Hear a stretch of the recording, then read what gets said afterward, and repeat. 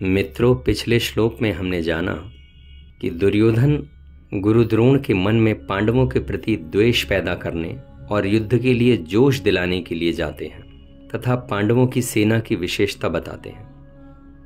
दुर्योधन के मन में विचार आया कि द्रोणाचार्य पांडवों के पक्षपाती हैं ही, तो पांडवों की सेना की महत्वता सुनकर यह भी तो हो सकता है कि वो मेरे को ये कह दें कि जब पांडवों की सेना में इतनी विशेषता है तो दुर्योधन तुम उनसे संधि ही क्यों नहीं कर लेते हो।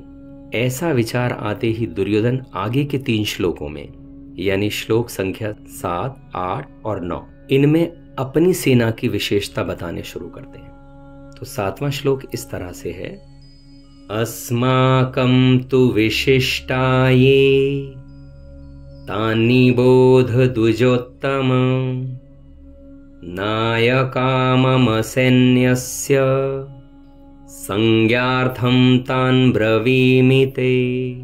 अर्थात, हे ब्राह्मण श्रेष्ठ, हमारे पक्ष में भी जो मुख्य हैं उन पर भी आप ध्यान दीजिए।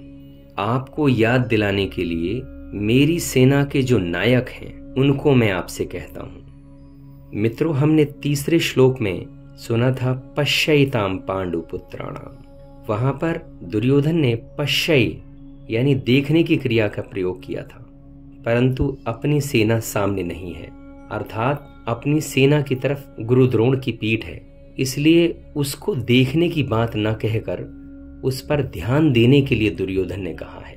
दुर्योधन ने कहा, हमारे बहुत से सेना नायक हैं, उनके नाम मैं कहां तक कहूं गुरुजी आपसे, इसलिए मैं उनका केवल संकेत मात्र ही करता हूं, क्योंकि आप तो सबको जानते ही हैं। इस श्लोक में दुर्योधन का ऐसा भाव प्रतीत होता है कि हमारा पक्ष किसी भी तरह कमजोर नहीं है गुरुजी, परंतु यहाँ पर राजनीति के अनुसार शत्रु पक्ष चाहे कितना ही कमजोर हो, अपना पक्ष चाहे कितना ही सबल हो, ऐसी अवस्था में भी शत्रु पक्ष को कमजोर नहीं समझना चाहिए। दूसरा भाव यह भी जाता है कि पांडवों की सेना को देखकर दुर्योधन पर बड़ा प्रभाव पड़ा और उसके मन में कुछ भय भी हुआ।